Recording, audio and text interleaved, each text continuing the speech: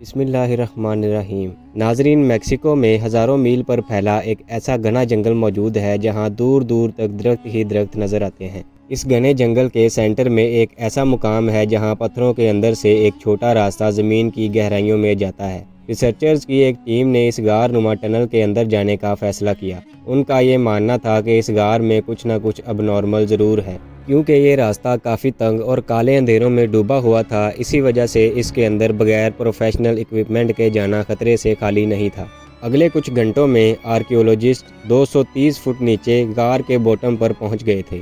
پہلے تو وہاں کچھ خاص دیکھنے کو نہیں ملا، لیکن پھر اچانک ان کی نظر ایک سیکریٹ چیمبر پر پڑی، جس کی انٹرنس کو پتھر رکھ کر بند کیا گیا تھا۔ لیکن سوال یہ تھا کہ اس ویران جنگل میں زمین سے 230 فٹ نیچے ٹنل کے باٹم پر یہ سیکریٹ چیمبر آخر کس کا تھا، اور اسے کب اور کیوں بنایا گیا تھا؟ کیوں مایا سویلائزیشن کے لوگ جوان عورتوں کی بلی دیا کرتے تھے؟ یہ سب آپ جان سکیں گے آج کی اس ویڈیو میں۔ گلوبل ٹی وی پر ایک بار پھر سے خوش آمدید۔ ناظرین، مایا سویلائزیشن کے لوگ اپنے دیوتاؤں کو خوش کرنے کے لیے جوان لڑکیوں کے دل نکال کر انہیں دیوتاؤں کے آگے پیش کیا کرتے تھے اور ان کی باڈیز کو ایک کنویں میں پھینک دیا کرتے۔ اس کے علاوہ وہ اپنے زندہ شکار کو بھی دیوتاؤں کے آگے لا کر ان کے دل نکال کر اپنے دیوتاؤں کے آگے پیش کیا کرتے تھے۔ انسانوں کی قربانی دینے کی یہ رسومات انہوں نے ان لوگوں سے لی تھیں جنہوں نے ان پر حملہ کر کے غلبہ حاصل کیا تھا۔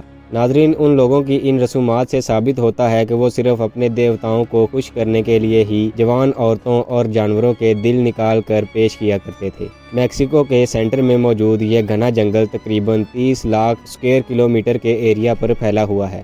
درختوں کے اس سمندر کے ساحلی علاقے، جن کی کھوئی ہوئی دنیا کے راز آج بھی چھپے ہوئے ہیں۔ تاریخ میں ہزاروں سالوں تک یہ پورا جنگل مایا سویلائزیشن کے ہولڈ میں ہوا کرتا تھا، جہاں انہوں نے اپنے کئی شہر آباد کر رکھے تھے۔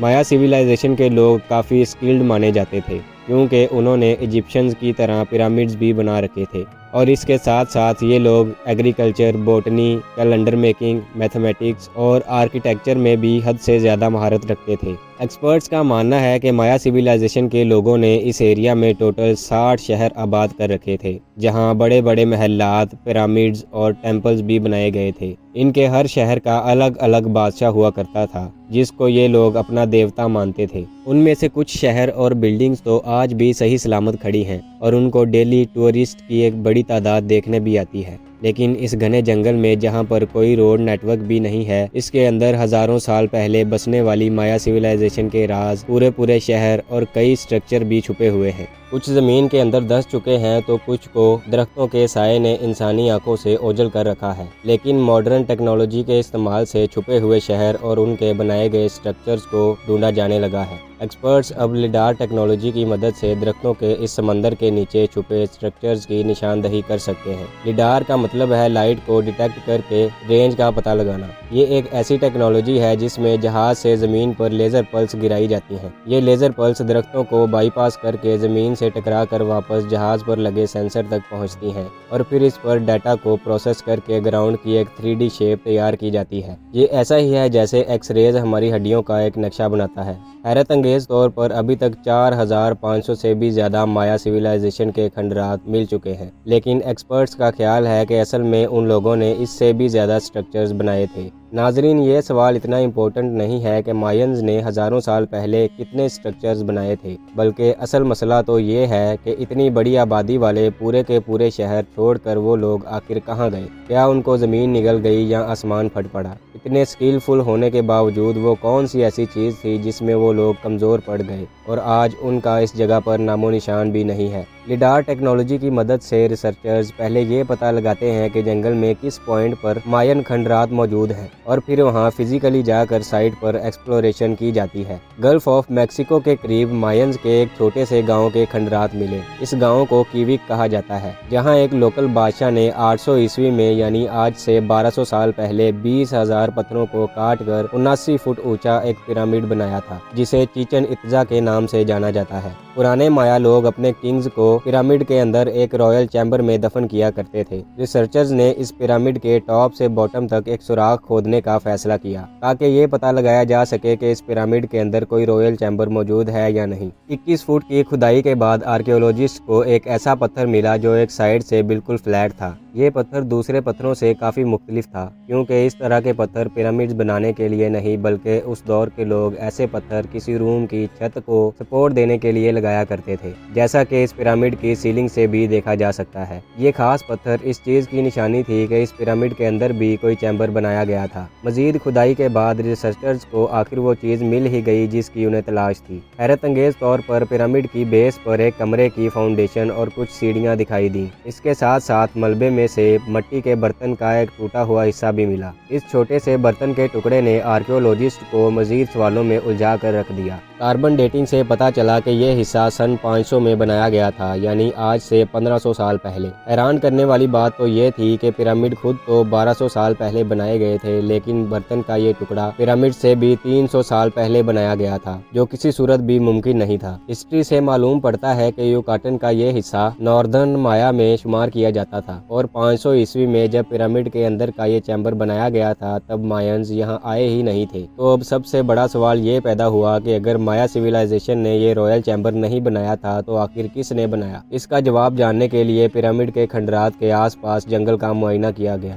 15 किलोमीटर दूर रिसर्चर्स को कुछ पत्थरों के दरमियान एक गार का रास्ता मिला। गार की एंट्रेंस काफी तंग थी और इसके अंदर जाना खतरे से खाली नहीं था। इसी वजह से प्रोफेशनल इक्विपमेंट का इस्तेमाल किया गया और 3 केव एक्सपर्ट्स को इसके अंदर भेजा गया। कई घंटों के बाद एक्सपर्ट जमीन से 230 फुट नीचे गार के बॉटम पर पहुंच चुके थे, जहां पर उनको एक सीक्रेट चैम्बर का रास्ता दिखाई दिया। जब उसे खोला गया तो अंदर वो कुछ देखने को मिला जो किसी के वहमो गुमान में भी नहीं था। जमीन से 230 फुट नीचे केव के इस सीक्रेट चैम्बर में बहुत सारी इस्तेमाल शुदा मशालें पड़ी हुई थी, जिनको कदीम दौर में रोशनी के लिए इस्तेमाल किया जाता था। इसके अलावा वहाँ बड़ी तादाद में मिट्टी के टूटे हुए बर्तन भी मिले। ये बर्तन वैसे ही थे जैसा 15 किलोमीटर दूर पिरामिड के बेसमेंट से एक टुकड़ा मिला था। ऐसा मालूम होता था कि ये जगह किसी दौर में कोई इबादत गाह हुआ करती थी, जहां लोग अपनी विशेष पूरी करने के लिए आया करते थे और बर्तन तोड़कर मन्नत मांगा करते थे। उनमें से कुछ बर्तन के पीसेस को जब दोबारा जोड़ने की कोशिश की गई तो हैरत अंगेज तौर पर एक और हकीकत खुलकर सामने आ गई। ये नोटिस किया गया कि पीसेस को जोड़ने पर पूरा बर्तन कभी भी कंप्लीट नहीं होता, बल्कि इसमें एक पीस हमेशा कम पड़ जाता था। ये बात किसी को भी समझ नहीं आई थी कि आखिर बर्तनों का एक पीस मिसिंग क्यों है। आर्कियोलॉजिस्ट को शक था कि ये लोग यहाँ बर्तन तोड़ तो देते थे, लेकिन उसका एक हिस्सा शायद अपने साथ ले जाते थे और उसे अपने घर में रखते थे। ये इस बात का क्लियर एविडेंस था कि कीवी के इस गांव में मायंस के आने से पहले भी कुछ लोग रहते थे जो अपनी मजहबी रसूमात केव्स में जाकर अदा किया करते थे और उनका रहन सहन भी तकरीबन मायंस जैसा ही था।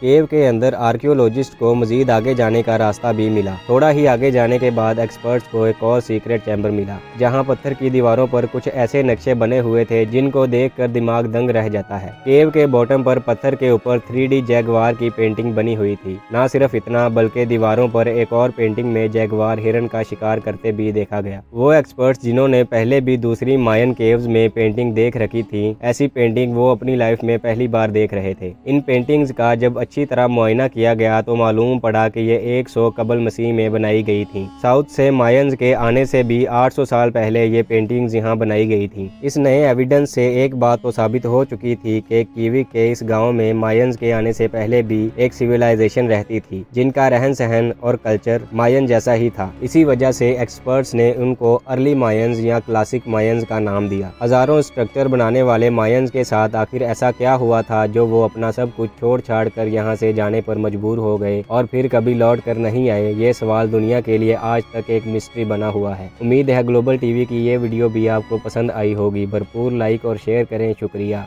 मिलते हैं अगली वीडियो में।